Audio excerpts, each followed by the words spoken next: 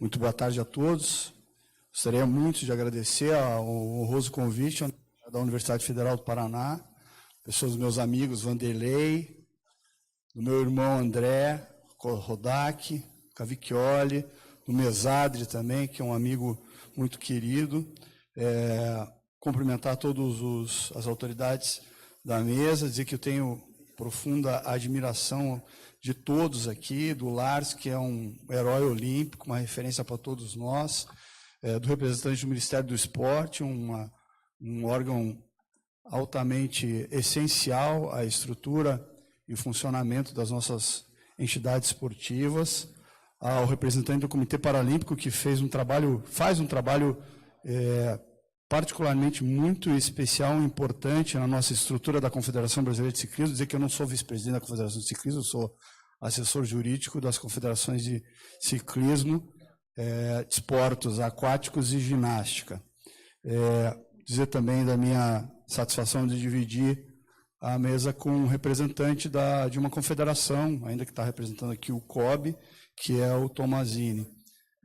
Também fazer referência ao meu amigo Luiz Felipe, que durante muitos anos estivemos à frente da gestão, junto com a diretoria da Confederação Brasileira de Basquete. Eu vou sair um pouco do tema, não na forma como, do ponto de vista acadêmico e estrutural. Eu acho que falar em inteligência esportiva é falar, sim, em integridade. É preciso que uma rede nacional ou qualquer rede de informação leve em consideração a integridade esportiva. Eu entendo que para que a gente possa preservar a saúde física, sensorial, a estrutura dos nossos atletas, é preciso que a gente tenha projetos, programas e políticas de integridade. A gente ouviu muito falar durante esses dias, nesse evento e em tantos outros, de uma estrutura extremamente burocrática que a gente vive no Brasil, que hoje é a portaria 115, amanhã vai ser a 130, já foi a 224, daqui a pouco vai ser a 1500, e a gente não consegue diminuir o tamanho do Estado burocrático, porque a gente parte de uma premissa no Brasil, que o dirigente esportivo é um bandido até que se prove o contrário. E daí nós criamos dezenas de mecanismos legais. Nós do esporte, que já somos obrigados, por força do exercício das nossas funções, de conhecer regras, fixar treinamentos aos atletas, conhecer a estrutura da legislação específica, todos os regulamentos nacionais e internacionais, as estruturas de nossas federações e as estruturas de normas específicas em cada modalidade, nós também somos obrigados a viver com o pires na mão, pedindo pelo amor de Deus, para que o governo nos dê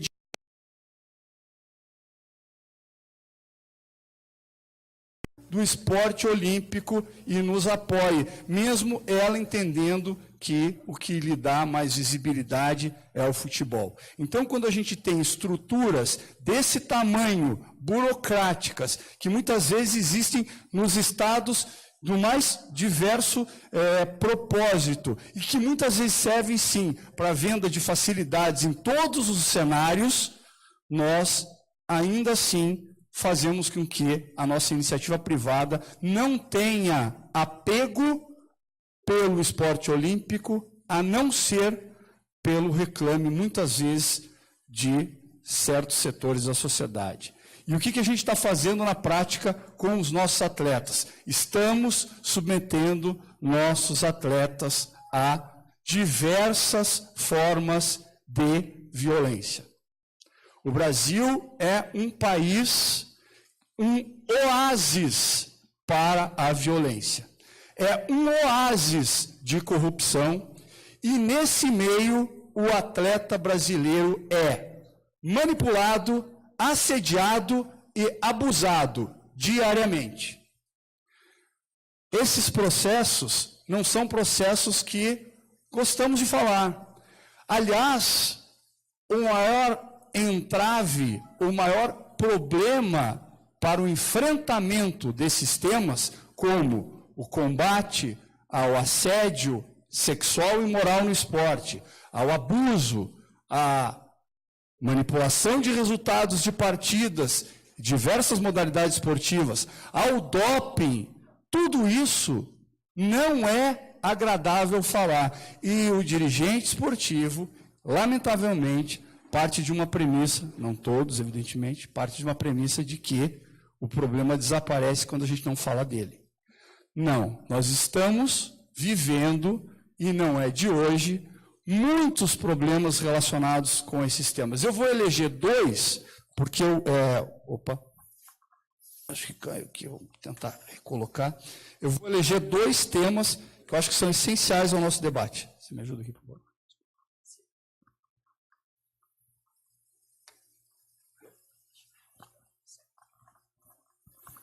Que é ao assédio sexual e abuso no esporte. Questão de 2 dias, eu fiquei concedendo uma entrevista de 1 hora para um repórter que está fazendo... Esse é um outro detalhe no Brasil. O que vende não é falar bem do que nós fazemos dentro das entidades esportivas. O que vende é falar mal e o que vende é a polêmica. E nós, por uma graça talvez divina, dentro da Confederação de Ginástica, iniciamos uma cooperação com o Ministério Público do Trabalho, em que visávamos e visamos, desde que o Comitê Olímpico Brasileiro nos convidou a falar sobre esse tema junto a um seminário de treinadores de ginástica, a abertamente tratar do tema assédio e abuso sexual no esporte. Se vocês avaliarem as notícias, tem muita coisa por aí acontecendo nesse meio, nesse tema. Eu fui obrigado a estudar o assunto e, na Confederação de Ginástica, eu lancei a proposta, que foi aceita de plano, tanto nas 3 confederações que eu assessoro, lançamos a cooperação com o Ministério Público do Trabalho para um trabalho que eu acho que é essencial e que tem tudo a ver com a universidade e tem tudo a ver com uma rede de informação, que é projeto educacional e preventivo nas áreas de violência e fraudes no esporte. A gente precisa, sim, ter informação e muita informação sobre o que os nossos treinadores estão fazendo a portas fechadas com os nossos atletas. Sobre o que os membros de comissão técnica, de comissão médica estão fazendo a portas fechadas com os nossos atletas. Se eles estão efetivamente exercendo as suas atribuições, como 99,9% estão, acreditamos, fazendo, ou se estão praticando um ato ilícito, criminoso e que vai trazer sequelas e traumas para o ser humano, além do atleta. Então, junto com um órgão que nós entendemos que conhece do problema, muito mais do que outros, que é o Ministério Público do Trabalho, que atua diretamente no combate a trabalho escravos, outros fatores de igualdade e principalmente no assédio e abuso no ambiente de trabalho, nós firmamos essa cooperação e iniciamos várias campanhas com as confederações, notadamente de desporto aquático e de ginástica no combate ao assédio e no caso de doping, que é o foco maior dos problemas na Confederação de Ciclismo. Esse é um trabalho difícil, porque a gente tem que criar comitês e órgãos dentro das entidades para realizar várias campanhas e ações diretamente com treinadores, atletas e a sociedade em geral. E o que é mais difícil ainda de fazer? Treinar pessoal que possa multiplicar essa informação e que as confederações, o Ministério do Esporte, o Comitê Olímpico Brasileiro, os órgãos de cooperação, o Ministério Público do Trabalho, possa receber a denúncia. E o nome disso se chama acolhimento. Sem o acolhimento e a segurança, a gente vai ver o que a gente está vendo às escuras. E que, lamentavelmente, vem acontecendo. Pode ser casos esporádicos, ou pode ser que tenha muito mais, como hoje, nos últimos dias, aliás, se escandalizou no futebol brasileiro. Porque o abuso e o assédio, primeiro, não escolhe modalidade. Segundo mito, não escolhe sexo. Não é de treinador médico para atleta, menina, mulher. Não é. É de toda parte e em todas essas áreas. Esse é um trabalho difícil de fazer, mas que a gente está começando a enfrentar. E como eu dizia, eu fiquei lá durante 1 hora recebendo uma saraivada de perguntas, muitas delas bem direcionadas, e eu não sei como essa matéria vai sair no Fantástico, sobre os problemas de assédio no esporte, na ginástica, em outras modalidades, e o que nós estamos fazendo para prevenir isso. Porque o que o Tomazini vai poder dizer isso, se ele quiser, obviamente, falar, o que mais surpreende um dirigente é ele ser tomado por um determinado tema e que ele vai ter que dizer para a sociedade, através dos meios de comunicação, de que ele não sabia. A pior frase é, eu não sabia. Eu não sei. O que o senhor vai fazer? Também não sei. O senhor tem algum programa para isso? Não. E daí, meu amigo, o que vem é uma cobrança. E nós, nas confederações de esporte olímpico, que já ficamos com o pires na mão, ficamos lá penando para atrair patrocínio aonde o patrocinador vai dizer, pô, mas essa entidade não tem uma política de integridade, eu não vou colocar meu dinheiro ali, que ali pode aparecer mal a minha marca perante a sociedade. Então, esse é um dos trabalhos. Um outro assunto muito importante para a gente é a manipulação de resultados. Tem um grau maior de incidência no futebol, temos dezenas de casos de manipulação de partidas no Brasil. Quando eu era procurador-geral do STJD do futebol, eu fui à FIFA algumas vezes, e só pela terceira vez de reuniões que eles nos franquearam a confiança de nos mostrar alguns relatórios sobre manipulação que acontecia no Brasil. Nós levamos os projetos para 2 federações de futebol, que têm programas de integridade, porque nós implementamos, que é a Federação Paulista de Futebol e a Federação Pernambucana, e foram descobertos dezenas de casos, e a federação implementou esses projetos de integridade. Hoje, o futebol paulista e o futebol pernambucano, eles, como outros que contrataram, são monitoradas as partidas por uma empresa internacional de monitoramento que sabe exatamente a partida que foi manipulada. E isso é rede de informação. É problema, sim, de inteligência.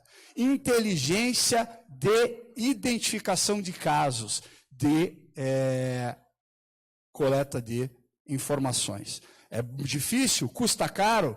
Infelizmente custa, e a gente tem que pagar essa conta, assim como o governo se preparou para combater os problemas de doping que estavam nas costas quase que exclusivamente das confederações. Embora os casos de doping, aonde a máxima é a fraude está sempre na frente do controle, cai sim ainda todos os casos e os problemas nas costas e na conta das confederações esportivas. Ninguém sabe, desculpa falar isso aqui na frente do representante do Ministério do Esporte, e que eu tenho um profundo respeito pelo trabalho da ABCD e pela estrutura que a ABCD representa. Ninguém sabe, na hora que estoura um escândalo de doping, que determinado atleta flagrado teve um problema e a ABCD fez o seu trabalho, o Tribunal Único no governo federal julgou. Não, o problema é por que no ciclismo isso aconteceu e não se identificou antes? Por que o maior herói do ciclismo mundial, o Lance Armstrong, foi uma fraude? Foi sem sequer ser testado e controlado positivo nenhuma vez na vida dele. Mas foi identificado por várias outras provas e confesso. Agora surge mais alguns outros casos de doping no Brasil, e que nós todos, dentro das estruturas das confederações, não podemos simplesmente dizer assim, isso é um problema do governo, isso é um problema do Ministério do Esporte, da ABCD, do tribunal. Não. Quando eu recebo um caso da Federação Internacional de Natação, que vai, processa e julga um atleta brasileiro de natação, a mídia aqui vai cobrar quem? A Confederação Brasileira de Natação. Então, esses problemas todos de falta de integridade, de falta de importância de dizer que é de polícia faz nas confederações, acabamos por ter de toda sorte uma fragilidade na captação de recursos e principalmente no desenvolvimento regular das nossas atividades. E aí vocês vão dizer assim, mas às vezes a gente já tem que cuidar de tanta coisa. A gente tem que cuidar dos treinamentos, a gente tem que cuidar da realização de competições, para pegar duas grandes áreas dentro do esporte, e que nós fazemos parte, eu, o André, o Vanderlei, que ainda insistimos em jogar vôlei, depois de velhos e desde novos, sabemos muito bem, como todos aqui, como funciona a estrutura esportiva, e estamos agora tendo que nos preocupar, sim, com programas de integridade. Temos que dizer, e todos os congressos, só para finalizar, todos os congressos de que participei no mundo inteiro, de ciências de direito desportivo e de integridade, são unânimes as manifestações. As autoridades públicas e desportivas não estão preparadas para lidar com o tema. As partidas no Brasil têm, sim, manipulação, salários baixos de jogadores, jogadores que são alvos fáceis de manipuladores para apostas nas mais de 600 casas de apostas na Ásia, e nossos atletas, na mais tenra idade, são, sim, vítimas de assédio e abuso. Não é as claras, isso que eu estou falando são os porões do esporte. E qual é a única saída? É o que a gente está fazendo aqui.